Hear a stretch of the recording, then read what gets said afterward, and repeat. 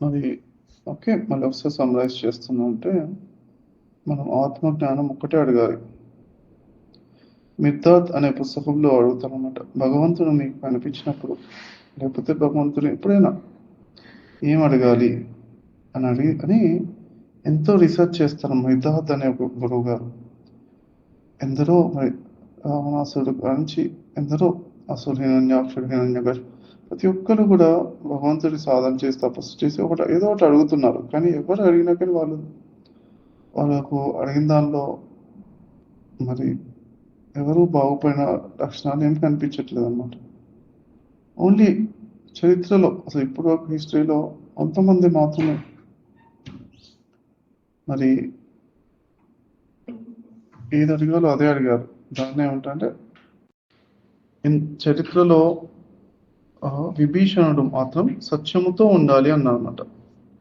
అంటే సత్యము అంటే అది నిత్యమైనది ఏంటి, మన ఆత్మస్వరూపం అంటే ఆనందం అన్నమాట. ఆనందం అంతా ఎప్పుడు ఉండాలి అని కోరుకున్నాడు కాబట్టి తను చిరంజీవిగా ఉన్నారు అని అలా ముక్తి కావాలి అని అడిగారు కొంతమంది. ముక్తి అన్న అదే ముక్తి అంటే దుఃఖ స్థితి అంటే ఏంటంటే ఇప్పుడు ఆనందంగా ఉండే విద్య అదే అన్నమాట. సో ఈ దుఃఖాల నుంచి మనకు విముక్తి దొరకాలి అనుకున్నారు, అంటే ఎప్పుడు ఆనందంగా ఉండే విద్య కావాలి అనుకున్నారు అనమాట. సో ఇదే హైయెస్ట్. ఓకేనా? సో మనము హైయెస్ట్ ఏంటి అంటే థాట్లెస్ స్టేజ్లో ఉండడం. సో మనం ఎందుకు చేస్తున్నాం ధ్యానము అసలు ఈ 3 రోజుల ప్రోగ్రామ్ ఎందుకు అంటే, నేను ఫస్ట్ రోజు మీకు చెప్పాను ఒకటి ఏంటంటే, ఫస్ట్ లెవెల్ ఏంటి ధ్యానం లోపల, ఫస్ట్ లెవెల్ ఏంటి మన లోపల శక్తి తెలుస్తుంది. ఓకే, మన లోపల శక్తి ఉందని తెలుస్తుంది. మార్షల్ ఆర్ట్స్ లెవెల్ 1 అని చెప్పాను, మార్షల్ ఆర్టిస్ట్ లెవెల్ 1. సెకండ్ ఏంటి లెవెల్ 2 ఏంటి, మన బయట కూడా ఆరాలో కూడా మనకు శక్తి ఉంటుందని ఎక్స్పాండ్ అవుతుంది అని తెలుస్తుంది. మూడోది కండెన్సింగ్ అని చెప్పాను, అంటే ఆ ఎనర్జీని మన దగ్గరగా అంటే ఇలా ప్రెస్ చేసినట్టుగా తీసుకొస్తే మనకు హ్యాపీనెస్ అనిపిస్తుంది, మంచిగా అనిపిస్తుంది మనకు. Condensing third level. సో మనం ఏమనుకున్నాం, కండెన్సింగ్ మూడో లెవెల్. ఫోర్త్ లెవెల్ ఏంటి అంటే ఇన్నేట్ లెవెల్ అని చెప్పాను. ఇన్నేట్ అంటే ఏంటి, ఆటోమేటిక్గా ప్రతి సెల్కి ట్రైనింగ్ అయిపోయింది. ఎన్నో రోజులు మనం విశ్వశక్తి తీసుకుంటూ ఉంటాం థాట్లెస్ స్టేజ్లో. మనం ప్రశాంతంగా ఉన్నప్పుడు, రిలాక్స్ ఉన్నప్పుడు విశ్వశక్తి ప్రతి అణువు రిసీవ్ చేసుకుంటుంటుందా. అయితే అది ఎన్నో రోజులు ట్రైనింగ్ అయిపోయిందో ప్రతి అణువు మన శరీరంలో అణువు కూడా విశ్వశక్తి ఆటోమేటిక్గా తీసుకుంటూ ఉంటుంది. దాన్నే ఇన్నేట్ లెవెల్ అంటారు. లెవెల్ అంటే దాన్ని ఫోర్త్ లెవెల్ అంటారు దాన్ని. ఓకే, ఇన్నేట్ లెవెల్ 1 అంటారు దాన్ని, అదే అంటే ఫోర్త్ లెవెల్ అనుకోవచ్చు.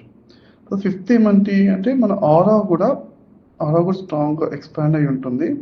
ఆరా కూడా అంటే ఎప్పటికప్పుడు అది మనం ఏ పని చేస్తున్నా ఆటోమేటిక్గా ఎనర్జీ తీసుకుంటూ ఉంటుంది అన్నమాట. అదే ఇప్పుడు మనం ఈ 3 రోజుల దానిలో ట్రైనింగ్ ఇస్తున్నాం మనం దానికి, మన శరీరంలో అణువుకి ట్రైనింగ్ ఇస్తున్నాం అన్నమాట.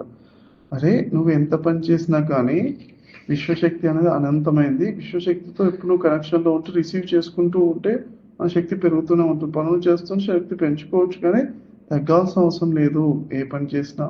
దానికి ఇప్పుడు అణువుకి ట్రైనింగ్ ఇస్తున్నాం అన్నమాట ఇది. ఓకే, ఇది 5 లెవెల్స్ అని చెప్పాను. ఓకే, సో ఏది బెస్ట్ ఇప్పుడు ఈ 3 రోజుల్లో మన మెడిటేషన్లో ఏది బెస్ట్, అసలు ఏం చేస్తే బెస్ట్ అంటే, ఫస్ట్ అంటే థాట్లెస్ స్టేజ్ అనేది నెంబర్ 1. థాట్లెస్ స్టేజ్ అంటే ఆలోచన లేకుండా ఒక్క 10 సెకండ్లు ఉన్నా కానీ చాలా గొప్పదన్నమాట.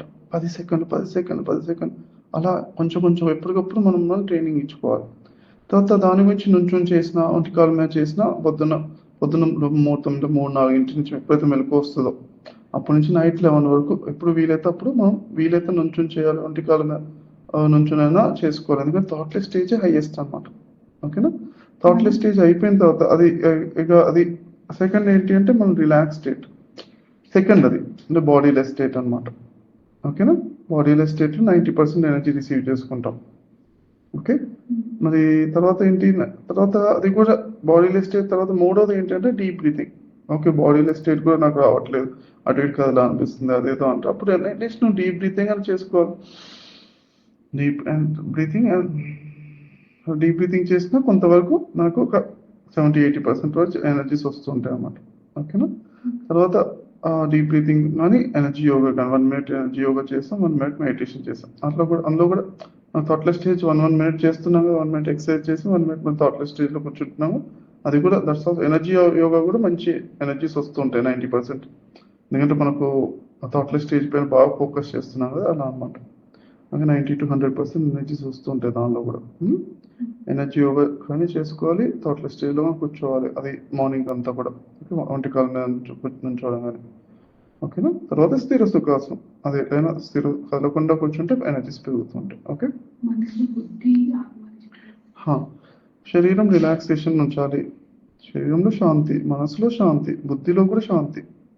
అంటే ఏంటంటే మనం కూర్చుని ఆలోచించడానికి రాలేదు ఇక్కడ. మనసుతో అంటే మనసుకు బుద్ధికి తేడా ఏంటంటే, మనసు అంటే గతము గురించిన విషయాన్ని రిపీట్ చేస్తుంటుంది. ఏదైనా ఒక జరిగిందంటే ఏదైనా జరిగింది ఇది మళ్ళీ అన్నట్లు ఎందుకన్నా అప్పుడు అప్పుడు ఎట్లా కాకపోతే బాగుందని పాస్ట్ గురించి కానీ రిపీటెడ్గా అదే పనిగా రిపీట్ చేస్తే మనసు అనమాట. బుద్ధి అంటే ఏంటి అనాలిసిస్, మన ఈ లైఫ్లో ఇంకా ఎలా ఇంప్రూవ్ అవ్వాలి, లేకపోతే ఏదైనా అనాలిసిస్ చేయడం, దానికన్నా ఇది చేస్తే బాగుంటుంది. బుద్ధి అంటే అనాలిసిస్ అన్నమాట. కానీ ఆత్మ నుంచి సందేశాలు వస్తాయి మెడిటేషన్ అంటే. ఆత్మ నుంచి సందేశం అంటే ఆలోచన రహిత స్థితిలో ఉంటాం, సడన్గా ఒక థాట్ వస్తుంది, ఒకటే ఒక ఆలోచన వస్తుంది, అంతే ఆగిపోద్ది. మళ్ళీ దాని గురించి పెద్దగా మళ్ళీ అదే పనిగా ఆలోచించడం ఉండదు అన్నమాట. దాన్ని క్యాచ్ చేయాలన్నమాట. సడన్గా ఒక మెసేజ్ లాగా వస్తే దాన్ని తీసుకుని మళ్ళీ అంటే ఆలోచనల రహిత స్థితి అంటే సైలెన్స్కి మధ్యలో ఏదో ఒక థాట్ వస్తే అది ఇంపార్టెంట్గా ఎనర్జీతో వస్తుంది, ఎనర్జీగా అనిపిస్తుంది, దివ్యంగా అనిపిస్తుంది, మంచిగా అనిపిస్తుంది మనకి. అప్పుడు మనము అది పట్టుకోవచ్చు అనమాట. అది ఆత్మ సందేశం, దాన్ని ఫాలో అవ్వచ్చు మన లైఫ్లో కావాలనుకుంటే. ఓకేనా. అది వన్ ఆఫ్ ది ఇంపార్టెంట్ కానీ మనకు అర్థమవుతుంది. ఇంపార్టెంట్ లైఫ్ సందేశాలు అప్పుడు లైఫ్ గురించి మెసేజ్ ఇస్తూ ఉంటుంది అన్నమాట.